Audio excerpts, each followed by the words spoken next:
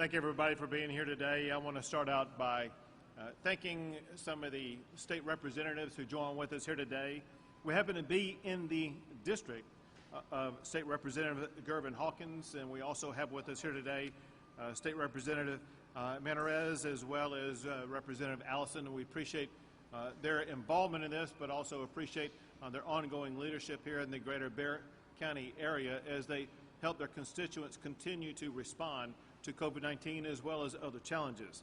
And of course, I want to thank Chief Nim Kidd, Chief of the Texas Division of Emergency Management, for hosting this event today and for assisting us in the big issue that we want to visit about. The big issue we want to visit about is three letters that people across the state of Texas have grown accustomed to knowing ever since the pandemic of COVID-19 began. And those three letters are PPE. PPE stands for Personal Protection Equipment. It could involve face masks, it could involve gloves, it could be gowns or face guards. It's the type of equipment that is needed, especially by doctors and nurses and first responders, those who may be attending to patients in hospitals, or those who may be attending to people who reside in nursing homes, or those who are involved in the process of administering the COVID-19 tests. And the PPE equipment was one of the challenges that we had to deal with in the response to the pandemic. One reason why it was a challenge is because as the pandemic set upon us, as the need arose for a prolific amount of PPE, it turned out that there were minimal supplies of PPE in Texas as well as the United States. One of the challenges the country had was the fact that most of the PPE that we were receiving at the time was being manufactured in other countries that themselves were dealing with the COVID-19 pandemic. Hence, for us to be able as a state to provide the PPE that was needed by everyone across the entire state, we needed to develop a new supply chain team operation. The Texas Division of Emergency Management was a leader in that team. We brought into a newly created supply chain team that was headed up by someone who volunteered his service. His name is Keith Myers. He was is the global supply chain chief for Dell Computers, who is now returned to his private sector job. But we appreciate his leadership and his help during the course of the early stages of the pandemic to get an effective supply chain team operational and going. The reason why we want to be here today is to focus on several concepts about PPE.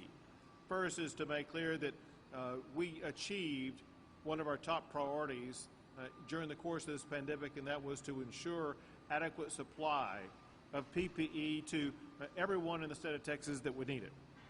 But second, one reason why we're here today is that there are two coming events that will put an even greater strain on the need for PPE supplies. One is the coming opening of schools in the state of Texas.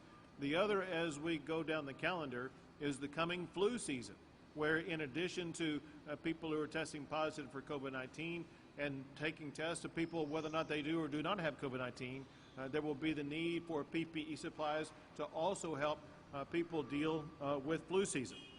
Well, I want everyone to know that because of the incredible efforts by these teams to make sure that they were able to set up the supply chain to have adequate inputs of supplies from across the entire globe, we have abundant supplies to make sure that we will be able to continue to provide PPE to schools, to hospitals, to nursing homes, to testing sites, to any operation in the state of Texas that is going to need PPE in response to the pandemic. Let me share with you some numbers about exactly what Chief Kidd, TDM, the Texas Division of Emergency Management, as well as the Supply Chain Task Force have been able to achieve. As of today, TDM has distributed more than 130 million masks, more than 33 million gloves, more than 7 million gowns, and more than 4 million face shields.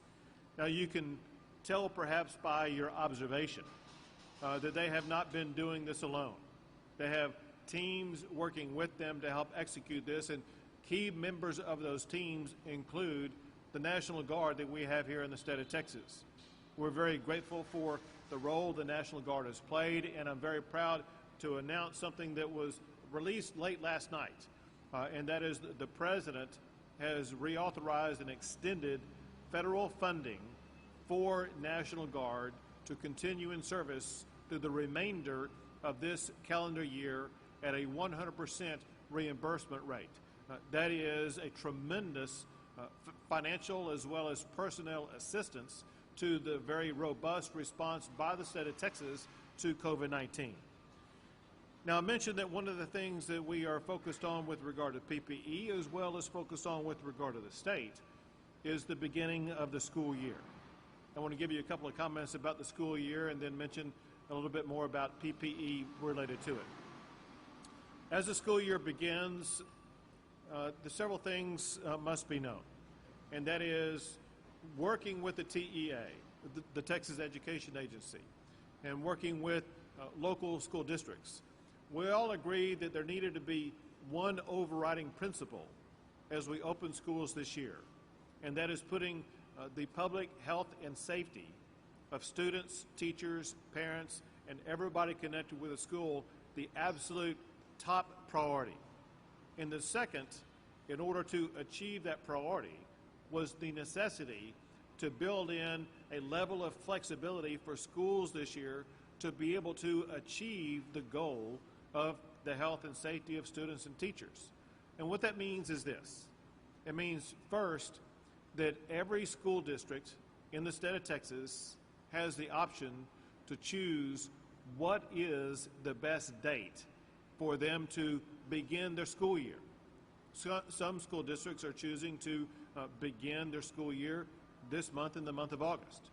Others are choosing to begin their school year in the month of September, and they could even choose different dates than those.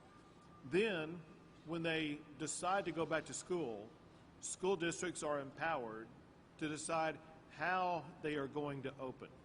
If they choose, they can open their schools with in-classroom learning, or if they choose, they can open schools with remote learning through online strategies, or if they choose, they can have a blend of both classroom setting as well as online learning. The bottom line is the people who know best about what both the needs are in their school district as well as the capabilities of providing a safe learning environment, the people who know best about that are the local school officials. Extremely important. Local school officials have access to information provided to them by local public health authorities. And local school districts can base their decisions about when and how to open their schools on the advice of those local public health authorities. Equally important, when the school year begins, you see that flexibility component really kick in. Because as the school year begins, it may turn out for many schools, they will begin the school year having education provided only in a remote way. And that remote strategy of delivering education can continue for up to 8 weeks, continued remote only, if that is the safest setting, or even maybe the only setting that education can be provided for their students. And then after that 8-week time period, schools also have the option of seeking a waiver from the Texas Education Agency to meet the unique needs of a particular school district, understanding this very common concept about education in Texas. What may apply to one school district in one region in the state of Texas could be completely different from what may apply to a different school district in a different region of the state of Texas. And hence, there will be the local flexibility so that local school districts will be able to meet the education needs of their students, of their parents, and of their teachers, making sure that they will be able to prioritize safety as well as be able to prioritize the advancement of education. Now, one thing that we've all learned during the course of this pandemic is the ongoing need to remain flexible. and that ongoing level of flexibility is continued through the education process in two very important ways.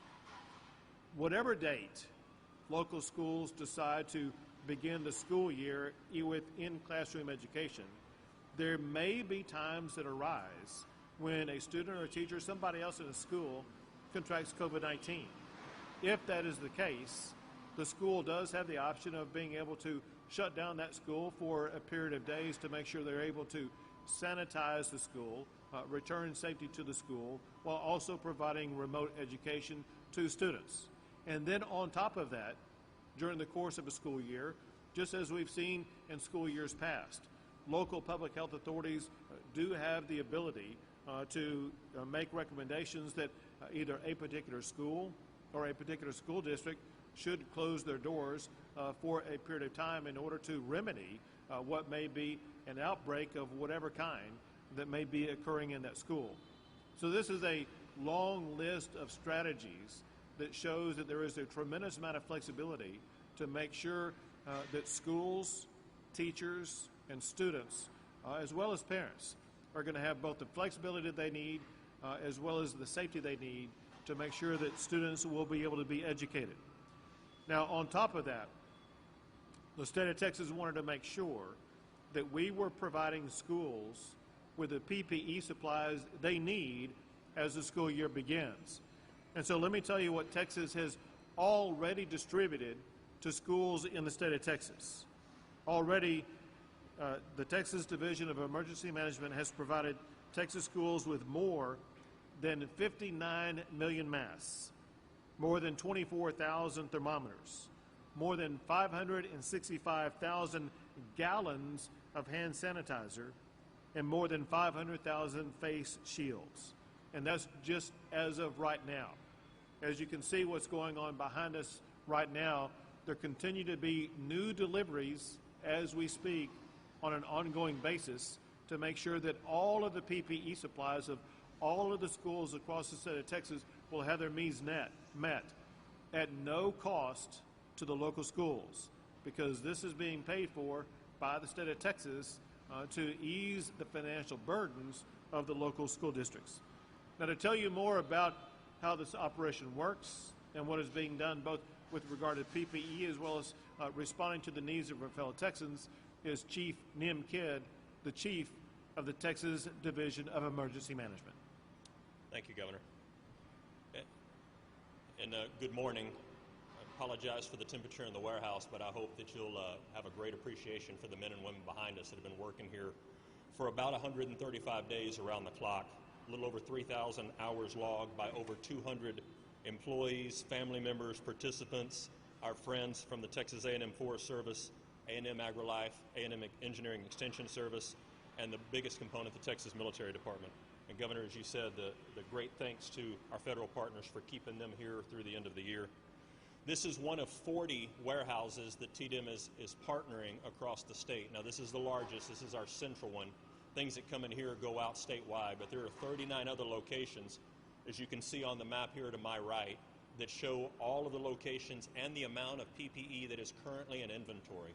And this is not a static number. This is a very dynamic number. We have ordered just over $1 billion worth of PPE.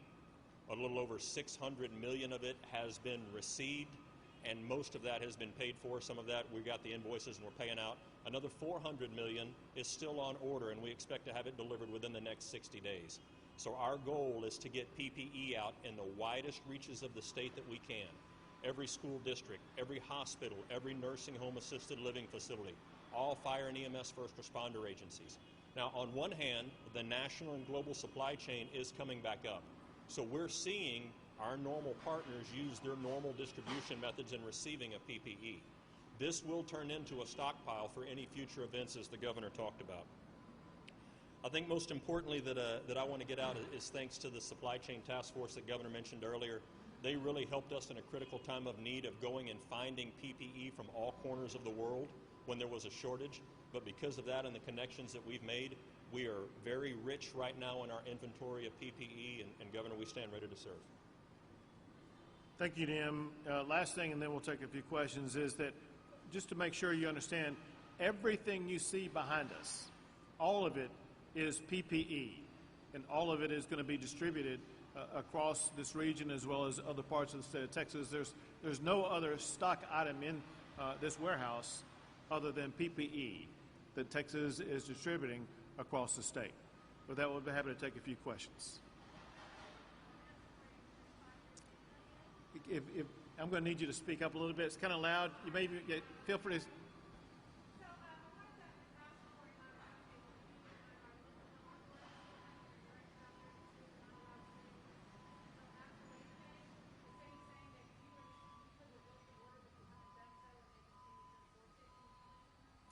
Sure. Well, we made clear when I say we, I mean myself, the Lieutenant Governor, the Speaker, as well as the chair of both the House and Senate Public Education Committee, what the standard is in the state of Texas.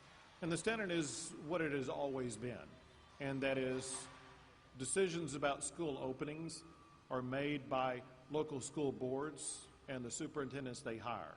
And that standard has not changed.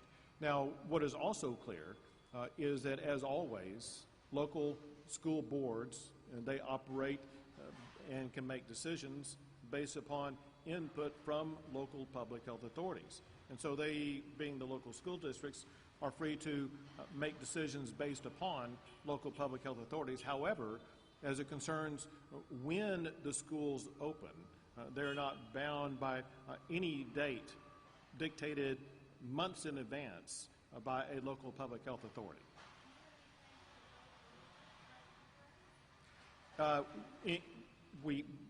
In my opinion, we have, by the joint release that was issued by myself as well as the Lieutenant Governor, the Speaker, and the chairs of the House and Senate Public Education.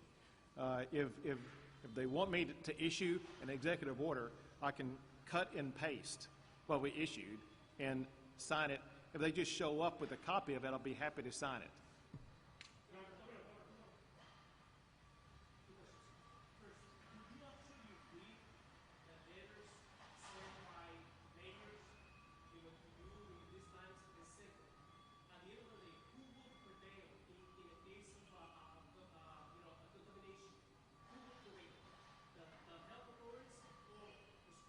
Yeah, would you repeat the first part of your question first? Do you actually read a letter that are signed by mayors that are sent to you, asking you for, certain things? And the second one is, who will implement health departments or school boards when it comes to a decision if it has bad letters? Sure. For one, I do read the letters. Two, who prevails is going to be the local school districts that will prevail in the decision-making process, but it's very important to understand that there are ways during the course of a school year that local public health authorities have a very important role to play. Last year, before the COVID-19 pandemic ever occurred, there were some schools that were shut down because of the flu. Other schools that may have other local public health orders explain reasons why a school may need to shut down. That process always occurs. I will want to go back and answer both your question, but also make sure you understand something that I think that the local officials may not know. And that is, as we made clear both in the letter that I issued, but also in the Attorney General's opinion, if you go back to my earlier executive orders, preempted the effectiveness of local public health orders. And hence, I think the reality is the local public health orders that were issued by Bexar County, for example, were already preempted by my pre-existing executive orders, as well as what I explained both in my letter, but also explained in my prior executive orders, and that is exempt from any other type of local order are public facilities, which would include public schools.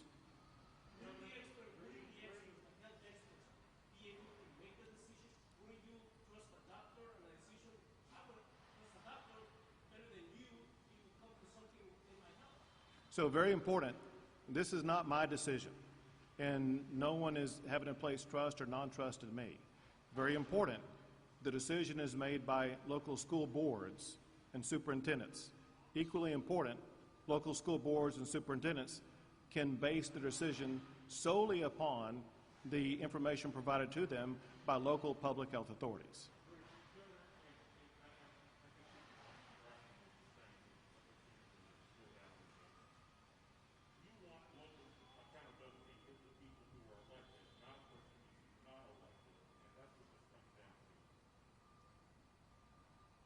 Is that a question?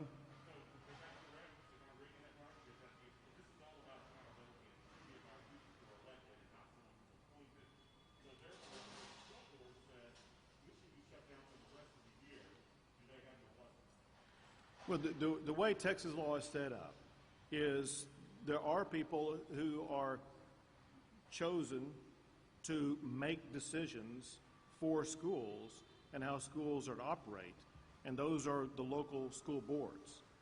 Again, to be perfectly clear, a local school board can choose to make their decision based upon what the local public health authority says. Nothing is stopping them from doing that, and they can fully adopt whatever strategy the local public health authority says.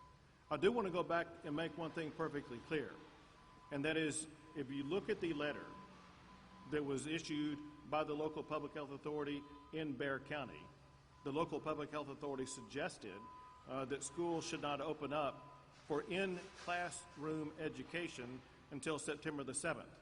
If you go back to what was said in the letter that was issued by the state, which was just advancing exactly what the Texas Education Agency said, the Texas Education Agency said that schools have way beyond September the 7th before they have to open up for in-classroom education. They have 8 weeks after the first day of class. The first day of class can be September the 7th if that is when schools and school boards decide for the first day of class to be, and then after that, they have 8 more weeks where they can provide education solely by remote education that puts the first day of classroom education not on September the 7th, which is what is allowed by the local public health authority here in Bexar County, but it would actually put it in the November time frame. And hence, it really is the responsibility and the necessity of the locally elected school boards that are responsive to the teachers, to the parents, to the students, to the public, to make the decision that is best for their school, understanding that what may be right for one school is completely different for another school.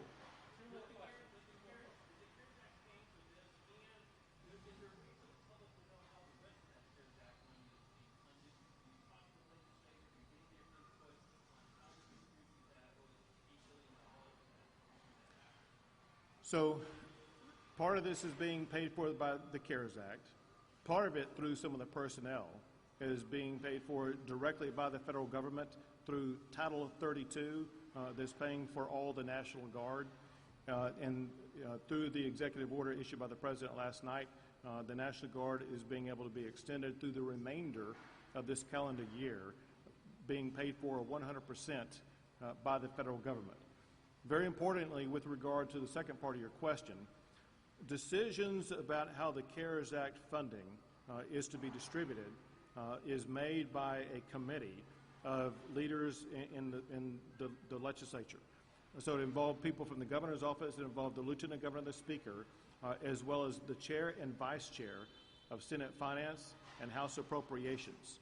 Collectively, they came up with a strategy about how the money is to be distributed across the state of Texas, and they will be the ones making the decision about how the state of Texas itself will be spending the money that the state has to spend on it. I think, as you know, as everyone needs to know, that money must be spent before the end of this calendar year. Say it again? My perception is yes, it should be subject to being available to the public.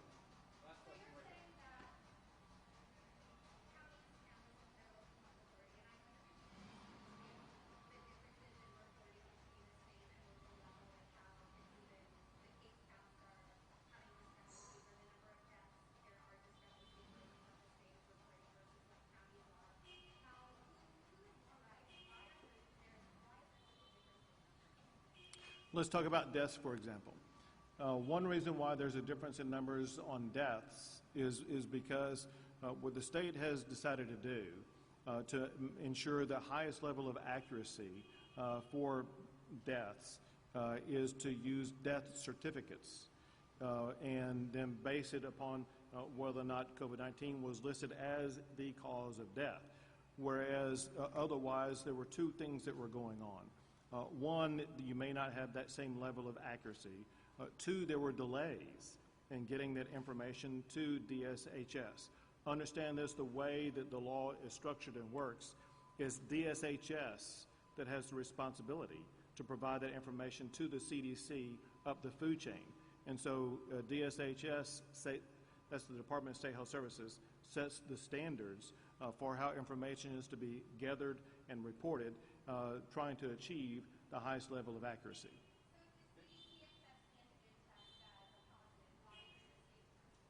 Actually, you need to understand the way the federal government is setting up the standard for an antigen test.